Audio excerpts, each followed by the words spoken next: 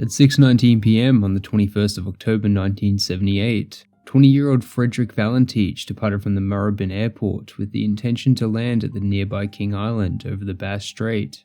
With a total of 150 hours of flying time, the weather in the Cape Otway area where Frederick was flying through was reported to have excellent visibility and only light winds. This was important because while Frederick was authorized to fly at night, he only held a Class 4 instrument rating, which meant he could only do so under the condition he had sufficient visibility and could maintain visual separation from terrain and other aircraft while flying. However, at 7:06 p.m, less than an hour into his flight, Frederick would radio the Melbourne Flight Service with reports that an unidentified aircraft was following him. This is Delta Sierra Juliet. Is there any known traffic below 5,000 feet? No known traffic. Seems to be a large aircraft below 5,000 feet. What type of aircraft is it? I cannot confirm. It's four bright, seems to me like landing lights. The aircraft has just passed over me at least 1,000 feet above. Is there any Air Force aircraft in the vicinity? No known aircraft in the vicinity. Seems to be playing some sort of game. He's flying over me. Delta Sierra Juliet, it's not an aircraft, it's... Can you describe the aircraft? As it's flying past, it's a long shape. Cannot identify it, it has such speed. It's before me right now, Melbourne. How large would the object be? Seems like it's stationary. What it's doing right now is orbiting. The thing is just orbiting on top of me.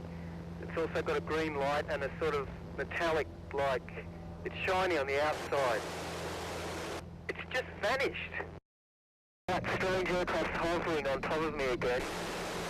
It's hovering and it's not an aircraft.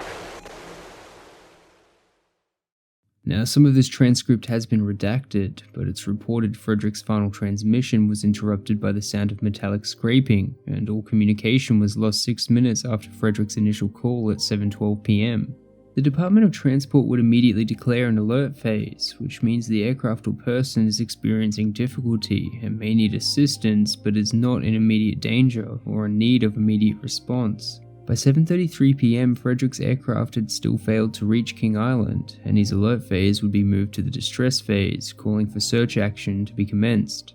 The Department of Transport states it conducted intensive air, sea and land searches for the next 4 days, but by the 25th of October, could still find no trace of Frederick's aircraft. In their written report signed close to 4 years later, the reason for the disappearance would still remain undetermined. Even as of today, the aircraft or Frederick himself have not been located. The only evidence found indicating he did not vanish from the face of the earth is an engine cow flap that washed ashore on Flinders Island in 1983.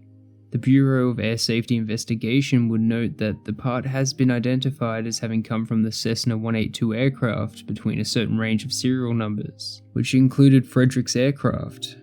So what happened to Frederick? Well, there are a few theories. Some believe Frederick may have staged his own disappearance as the plane had enough fuel to fly a further 800 kilometers, and despite ideal conditions, Frederick's plane never showed up on the radar and he failed to inform King Island Airport of his intention to land there, going against standard procedures, leading some to believe he was never even in Cape Otway.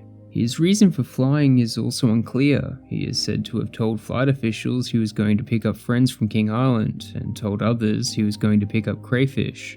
What makes this theory more interesting is around the same time as Frederick's disappearance, the Melbourne Police Force received reports of a light aircraft landing not far from Cape Otway.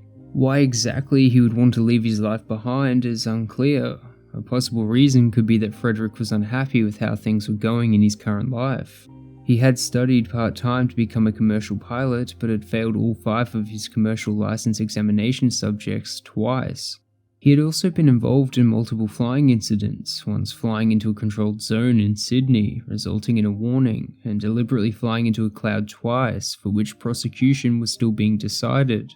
Another theory that could tie in with these flight incidents and failed examinations is that Frederick could have become disorientated and started flying upside down. This could explain the UFO, as the lights he was seeing could have been his own aircrafts reflected in the water. But this theory has a flaw. The model of aircraft Frederick was piloting could not have flown inverted for long, as it has a gravity feed fuel system, meaning that its engine would have cut out very quickly, and Frederick was still in communication for 6 minutes. In 2013, retired United States Air Force pilot James McGaha and author Joe Nickell would propose that the relatively inexperienced Frederick was deceived by a tilted horizon. Sensory illusions are somewhat common for pilots because human senses are not naturally geared for the in-flight environment. Pilots may experience disorientation and loss of perspective, creating illusions that range from false horizons to sensory conflict with instrument readings or the misjudging of altitude over water.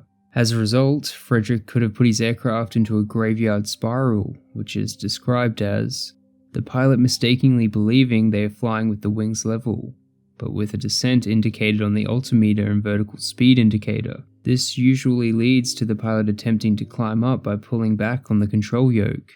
Pulling back on the control yoke has the effect of tightening that circle and causing the airplane to lose altitude at an increasing rate, like water swirling in a drainal funnel. Using this theory, James and Joe would suggest that the UFO Frederick believed he was seeing could have actually just been Venus, Mars, Mercury, and the star Antares, which would have been behaving in a similar way to what Frederick had described.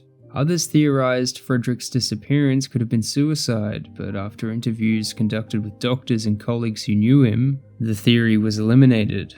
One last thing to note is Frederick was a big believer in UFOs, watching UFO-related movies and gathering information on the topic. Frederick's father would state that his son had told him he'd seen a UFO and expressed concern about what would happen if they ever attacked. His strong belief in UFOs could potentially explain why he had lied about his reason for going to King Island. His real reason for flying could have been to search for UFOs while getting his flight hours up. As he was looking for something in the sky that he is reported to have strongly believed in, it is possible that once disorientated and faced with something he could not explain, he immediately believed it to be a UFO. While I do believe anything is possible, I personally feel this last theory sounds the most convincing. But really, we might never know with 100% certainty what happened to Frederick on that October night.